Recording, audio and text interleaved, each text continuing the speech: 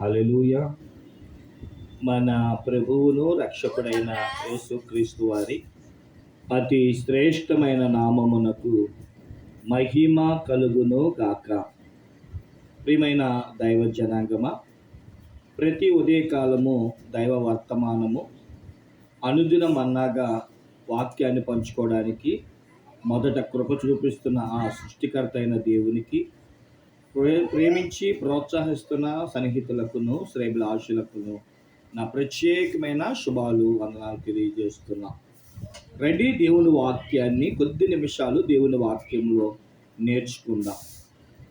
మనము ప్రస్తుతము లెంట దినాల్లో మనం కొనసాగుతున్నాం.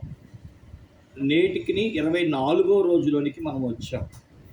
దినాలు గడుస్తున్నాయి, కానీ మనలో మార్పు అనేది చాలా ప్రాముఖ్యమైనది. మారు మనసు పొంది దేవుని రాజ్యానికి మనం వారసులు కావాలి అని, ఆయన రాజ్యమునకు వారసత్వాన్ని ఇవ్వడానికే ప్రభు ఈ భూలోకానికి ఉద్భవించారు. ప్రకటన గ్రంథము 1వ అధ్యాయము 9వ చరణాన్ని మనం ఈరోజు చదువుకుందాం. ప్రకటన 1వ అధ్యాయము 9వ చరణము. మీ సహోదరులను యేసును బట్టి కలుగు శ్రమలోను రాజ్యములోను సహనములోను పాలివాడునైన యోహానును నేను దేవుని వాక్యము నిమిత్తమును యేసును గూర్చిన సాక్ష్యము నిమిత్తమును పద్మాస్ దీపమున పరవాసినైతిని. ప్రియమైన దైవజనులు దేవదాసయ్య గారు ఈ ప్రకటన గురించి ఒక చక్కటి మాట అన్నారు. ప్రకటన గ్రంథం అనేదంట ఒక నోటీస్ బోర్డు లాంటిదంటండి. ఏదైనా ఒక ఇంపార్టెంట్, ఉదాహరణకి స్కూల్లో ఏదైనా ఇంపార్టెంట్, అది ఒక ఆట లేదా ఒక ప్రోగ్రాం కండక్ట్ చేసినప్పుడు ఆ లిస్టు పేర్లు లేదా ఆ రోజు యొక్క సమాచారమును ఆ నోటీస్ బోర్డులో పెట్టేవారు. అది చూచిన ప్రతి ఒక్కరూ ఆ ఇంపార్టెన్స్ కలిగిన ఆ సమాచారాన్ని ధ్యానించేవారు, చూచుకునేవారు, సరి చేసుకునేవారు. లేదా నేను సెలెక్ట్ అయ్యాను అని చెప్పి మురిసిపోయేవారు. ఏదైనా ఒక విషయం తెలియాలి అనుకున్నప్పుడు ఆ నోటీస్ బోర్డు వైపే వారు చూసేవారు. నేటి కాలమందు ఈ ప్రకటన గ్రంథములోని భక్తుడు, ప్రవక్త, రాయబడిన అపోస్తులుడైన యోహాను గారు 5 పుస్తకాలు రాశారు. అందులో 1 సువార్తల పుస్తకం, 3 పత్రికల పుస్తకం, ఇక చివరిది ప్రకటన అనే ఒక నోటీస్ బోర్డు, అనగా భవిష్యత్తు గురించిన పుస్తకం. మనం చదువుకున్న వాక్యములో యోహాను గారంట దేవుని వాక్యమును గూర్చి, ఆయన గూర్చిన సాక్ష్యమును గూర్చి 3 విషయాల్లో ప్రభు సన్నిధానమందు ఆయన కనిపెడుతున్నాడు. 1, క్రీస్తు యొక్క శ్రమలలోను, క్రీస్తు యొక్క రాజ్యము కొరకును, 3వది క్రీస్తులో ఉన్న సహనము కొరకు పద్మాస్ అనగా దైవ మందిరాన్ని సూచిస్తుంది. దేవుని మందిరములో, దేవుని సంఘములో పద్మాస్ పరవాసి అయిన యోహాను భక్తుడు యేసు క్రీస్తు ప్రభువారు పొందిన శ్రమలు, యేసు క్రీస్తు పొందిన వారి యొక్క సహనము, యేసు క్రీస్తు ప్రభువారి యొక్క రాజ్యమున కొరకు తాను పాలివాడు అనగా పాల్గొవడానికి ప్రయాసపడుతున్నట్లుగా మనం చూస్తున్నాం. క్రీస్తు యొక్క శ్రమలు భూలోకములోను, క్రీస్తు యొక్క రాజ్యం పరలోకములోను, క్రీస్తు కొరకు హతసాక్షి అవడానికి ప్రభు కొరకు నిలబడేవాడుగాను మనం ఉండాలి. ఇలా తయారవ్వాలి అంటే ఒక సిద్ధపాటు కలిగిన ఒక స్థలమే దైవ మందిరమైనది. దైవ మందిరము అనేది ఒక పద్మ పరవాసి వంటిది. దేవుడు కనబడును, దేవుడు మాట్లాడును, దేవుడు తయారు చేయు ఒక కేంద్రమై ఉన్నదని బైబిల్ చెప్తుంది. ఈ లోకములో ఈ 3 అనుభవాల గురించిన ఒక విశేషమైన అనుభవము మనం ఉండాలి. అందులో 1, క్రీస్తు కొరకు శ్రమ పడాలా. క్రీస్తు పడిన శ్రమలలో మనము కూడా పాలిభాగస్తులు అవ్వాలా. ప్రభు దేని గురించి అవమానించబడ్డారు అంటే, ఒక బైబిల్లో మాట ఉంది, తన స్వజనుల మధ్య దేవుడంట మెప్పు పొందలేకపోయారంట. ఎప్పుడు ఒక దైవజనుడు స్థానిక సంఘాల్లో ఘనత రాగడు. స్థానిక ఊరిలో గణపరచబడడు. నిజమే కదండి. ఇదే నేను నా సంఘంలో వాక్యం చెప్తే మా అయ్యగారు ఎప్పుడు చెప్పిన సోదేనండి అన్నట్టుగా వింటారు. అదే నన్ను బయట మీటింగులకు పిలిచి వాక్యం చెప్పించుకుంటే ఏం చెప్పారండి పాస్టర్ గారు అంటారు. కారణం ఏంటంటే ఎప్పుడూ చెబుతున్న ఒక చర్చిలోనే మొహము చూచో మాటలు వినో వ్యక్తిని బట్టో ఆ వ్యక్తికి ఘనత రాకపోవచ్చేమో కానీ గణపరచువాడు దేవుడు. ఆయన ఎక్కడ గణపరచాలో అక్కడ గణపరుస్తాడు. అయితే ఈ లోకములో క్రీస్తు కొరకు శ్రమ అనేటప్పటికీ ఏంటి ఇది కూడా ఒక శ్రమేనా, ఇది కూడా ఒక బాధేనా, ఇది కూడా అంటూ క్రీస్తు కొరకు ఈ స్థానిక సంఘాల్లోనూ స్థానిక ఊర్లలోనూ ఈ భూమి మీద చాలామంది శ్రమ చులకనగా చూస్తారు. శ్రమ బహుమానం అని యాకోబు పత్రికలో తెలియజేశాడు.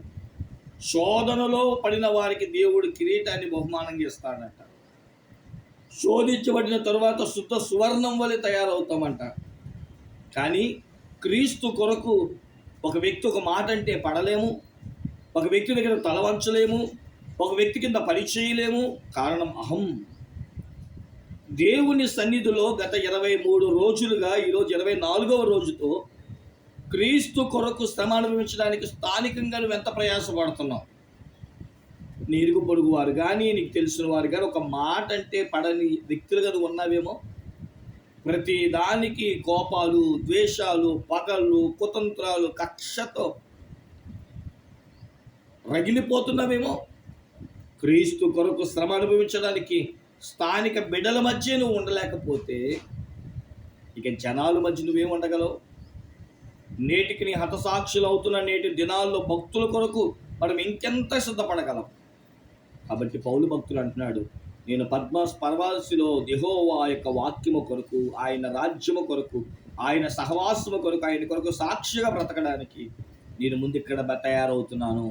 స్థానికంగా శ్రమపరచబడతాను. ఏమండి, సొంత గ్రామములోనే క్రీస్తు కొరకు నిలబడ్డాడని చెప్పి యోహాను భక్తుల్ని అక్కడున్న రాజు ఎలాగో చిత్రహింసలు పెట్టారో చరిత్ర మనం చదువుతూ ఉంటాం. కాబట్టి క్రీస్తు శ్రమలలో మనము పాలిభాగస్తులు అవ్వాలి. క్రీస్తు కొరకు సహనము. సువార్త ప్రకటిస్తే నిన్ను గణపరచరు, సన్మానించరు. ఈరోజు సేవకుడు సన్మానాల కోసం చూడకూడదు, ఘనతల కోసం చూడకూడదు. నన్ను పొగడలేదు, నా పేరు చెప్పలేదు, నాకు ఉన్నతమైన స్థాయి ఇవ్వలేదు, నాకు పైన కూర్చోబెట్టలేదు, వేదికలు ఇవ్వలేదు అంటూ. కాబట్టి క్రీస్తు యొక్క సహనమును గూర్చిన అనుభవం, ఓర్పు చేత పరీక్షలో నెగ్గుతామని. ఓర్పు పరలోక రాజ్యాన్ని ఇస్తుందని బైబిల్ చెప్పు. ఇక మూడవది మనం చూసిన వారమైతే క్రీస్తు రాజ్యాన్ని భూమి మీద కడితే పరలోకానికి చేర్చబడతాం. ఆయన రాజ్యము అనేకులను క్రీస్తులోనికి నడిపించడానికి ప్రయాసపడాలి. ఒక ఆత్మను రక్షించడం అంటే సర్వసాధారణమైన విషయం కాదు. ఒకనాటి ప్రసవ వేదన చాలదా ఒక బిడ్డ కోసమని యెషయా గ్రంథకర్త చెప్పాడు.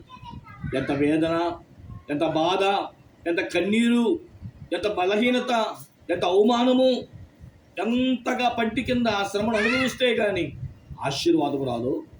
క్రీస్తు రాజ్యం కట్టబడాలి అంటే అడ్డగించే సాతాను శక్తులను, అడ్డగించే లోకనాథులను, అంధత్వములను మనం జయించగలగాలి. శరీరము సహకరించదు. శరీరం అనే శత్రువుని అణచాలి. లోకము సహకరించదు. లోకమును మనం గెలవాలి. అలాగే సాతాను మనకు సహకరించడు. సాతానుడు మన కాళ్ళ కింద వేసి తొక్కాలి. ఎంత శ్రమ! దేవుని రాజ్యమును కట్టడం అంటే మాటలు కాదు కదా. కాబట్టి ప్రియమైన దేవుని బిడ్డలారా, ఈరోజు వాక్య ధ్యానంలోనికి వచ్చిన మనం అందరము కూడా ఈ యొక్క అపోస్తలుడైన యోహాను భక్తుడు, నేను దేవుని యొక్క రాజ్యమునకును శ్రమలకును సహనమునకును నేను పాలిభాగస్తులు అవ్వాలి అంటే పద్మాస్ దీవిలో పరవాసి అయ్యి నేను కనిపెట్టాలా. ఆయన యొక్క సాక్ష్యమును, ఆయన యొక్క వాక్యమును నేను సహించాలా, ధ్యానించాలా, పఠించాలా, ఆయన సన్నిధిలో నేను ధ్యానించాలి అని చెప్పి ఆ పర్వాసులో శ్రమల కొరకు, సహనము కొరకు, రాజ్యము కొరకు కనిపెడుతున్నట్లు ఈరోజు మరి దేని కొరకు కనిపెడుతున్నాం? తెల్లారి లెగ్సిన కాడి నుంచి ప్రభువా నాకు ఇల్లు కావాలి, నా బిడ్డకు పెళ్లి కావాలి, నా కొడుకు ఎగ్జామ్స్లో పాస్ అవ్వాలి, అప్పులు తీరాలి, ఇవే కానీ నీ రాజ్యములకు నేను చేరాలి, నీకు నీ సింహాసనం మీద నేను కుడిపార్శ్వం ఆశీర్లు కావాలి, నీ రాజ్యములకు నేను వారసులు కావాలని ఒక ఆలోచన, ఒక తాపత్రయం, ఒక ఎదురు చూపు, దేవుని రాజ్యమును భూలోకాన్ని నేను కట్టగలిగేనా లేదా, ఆయన కొరకు ఒక ఆత్మనైనా నేను కనగలుగుతున్నానా లేదా అనే అనుభవాలు ఈరోజు క్రైస్తత్వం లేకపోవడం బహు దుఃఖాకరం. కాబట్టి మనము కూడా క్రీస్తు యొక్క రాజ్యములోను, సహనములోను, ఆ యొక్క శ్రమల్లోను పాలిభాగస్తులే కృప సిరునాథుడైన ప్రభు మనకు అనుగ్రహించలాగా చిన్న ప్రార్థన చేసుకున్నాను. తల వంచండి. పరిశుద్ధుడా, ప్రేమమయానికే వందనాలు స్వామి. అపారమైన నీ కృపకు స్తోత్రములు. విన్న వాక్యం ప్రకారం జీవించే అనుభవం మాకు దయచేయమని యేసు క్రీస్తు వారి పరిశుద్ధ నామమున అడిగి వేడుకొంచున్నాం మా పరమ తండ్రి. తండ్రి అయిన దేవుని ప్రేమ, కుమారుడైన యేసు క్రీస్తు కృప, పరిశుద్ధాత్మన్యోన్య సహవాసము క్రీస్తు రాజ్యములోను, ఈ లోకములో శ్రమల్లోనూ, ఆయన సహనములోను పాలిభాగస్తులే కృప దేవాది దేవుడు మనకును లెంటలో ఉన్న 24వ రోజు యొక్క దీవెనతో వాళ్ళను దీవించి ఆశీర్వదించి బలపరచును గాక. ఆమేన్. అందరికీ మరణాత.